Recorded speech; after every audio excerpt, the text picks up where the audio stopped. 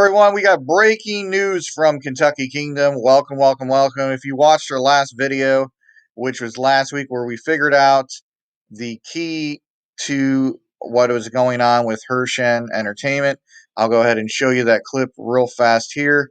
It kind of goes over what we went over last week. That has to do with a mystery. So let's go ahead and watch that. And then I'll go over what came out today from a local Louisville news station detailing what is going on with Kentucky Kingdom.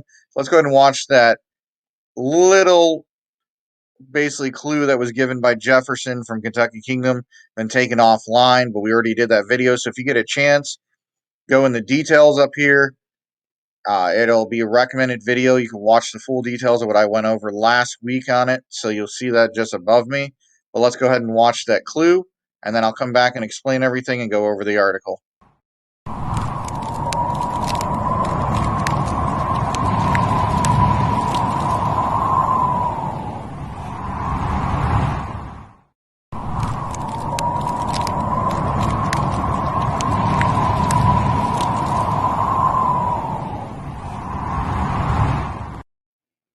So, as you can see from that clue video that I was able to do last week, that kind of solidified with a maple leaf that kind of falls down that I didn't mention last week's video, but I was able to figure out after recording and doing all the live things.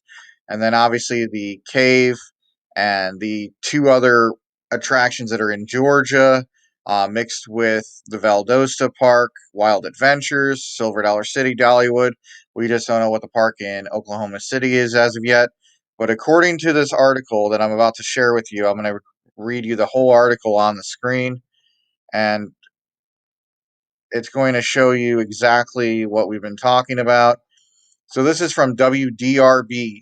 This is a local Louisville station, and this says right here, this was released. So you can see right here, this was released as of today, 21 minutes ago.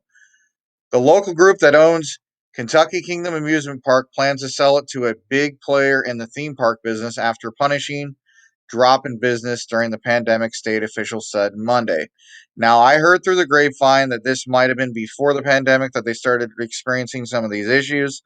However, the pandemic, mixed with obviously the riots that were going on in Louisville last year, caused the park to be in this type of financial restraint. Now, I would never wish this upon any park. We went through this with Indiana Beach last year.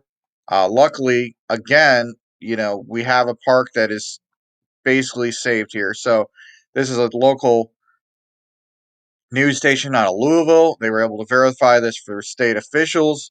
And you can see right here, while state officials did not reveal the new owner, the operating company that plans to assume Kentucky Kingdom's lease on state property is registered in Georgia with an address matching that of Hershen Family Entertainment, which operates theme parks across the country. So there you have it there.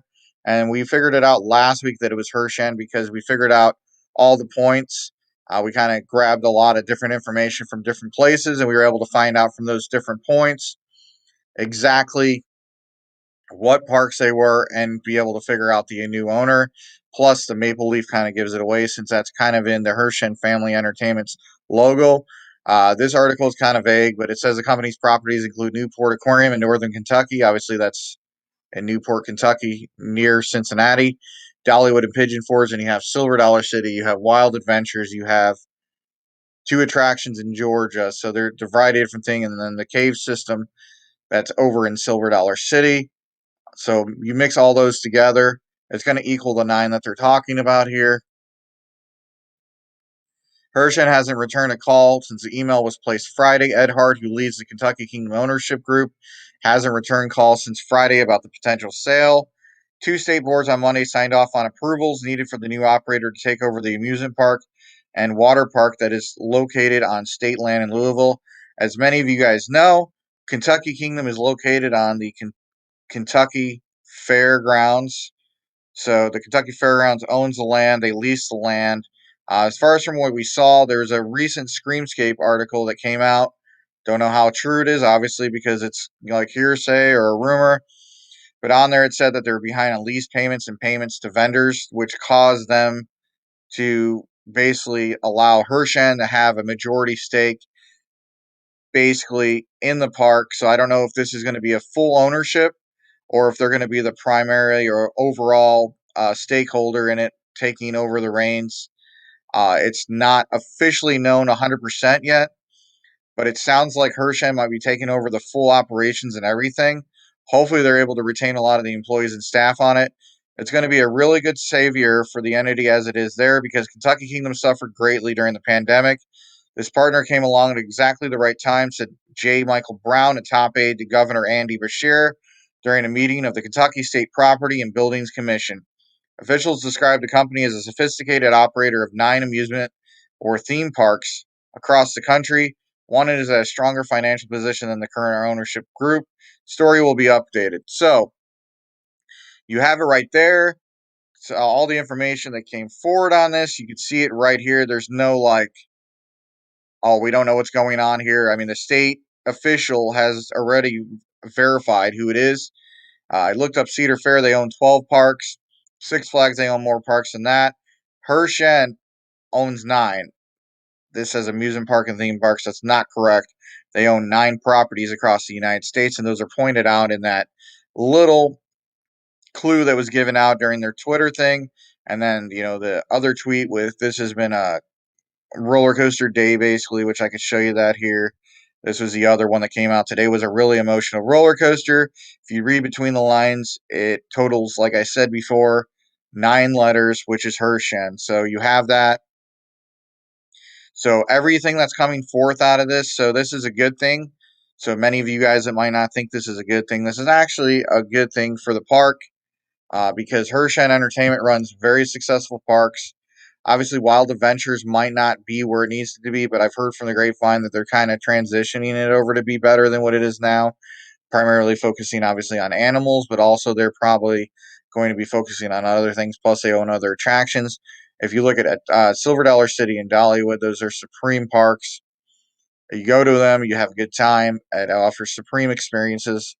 The only thing I said that would probably change is probably the allowance of alcohol in the park, due to the fact that Hershey Family Entertainment's a Christian owned company and they don't have drinking in any of their parks. So I imagine that'll be the first thing to go. However, I think a lot of the staff will be retained. Jefferson's a great PR director. You have Jesse, who's in charge of, I forget what her full title is, but pretty sure she'll be retaining it. I'm pretty sure a lot of the prominent members of the staff will retain a lot of the things they do. I think Hershey Family Entertainment's still going to maintain that relationship with the roller coaster community and the general public. However, you're probably going to see a change in like shows, investments, and different other things. And that's great for the park. That's not a bad thing. That's actually a great thing to happen to this park. So that's basically the gist of everything here. I hope you guys aren't like mad or upset or anything like that. We wouldn't be pushing this forward today because we did have another video planned today that we had to delay to release it till Wednesday, because of this breaking news that came out of this news article. So it's great news. It's not great news, because I hate to see ownership groups such as that, led by Ed Hart, have these type of problems where they have to basically figure out a way to save the park. And I know residents of Louisville already went through this with Six Flags, basically letting the park go. However, this isn't the same situation.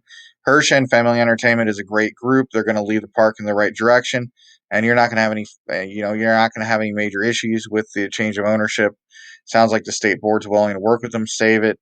Obviously, there's a lot of investment involved in this. I think I read like a rumor that they have a $7 million investment in the park, might be more than that. That makes them the primary stakeholder, and they plan on investing like $7 million back into the park or something like that. So I think they'll get the return. I think they'll do a better job advertising and bringing in kind of a theme. I don't know what the theme's going to be yet. Hopefully, they could clean the image up a little more than was already done under the current ownership. Now, I'm not saying the current ownership did anything wrong. However, a lot of people still thought that Six Flags basically owned the park, which Six Flags does not own the park.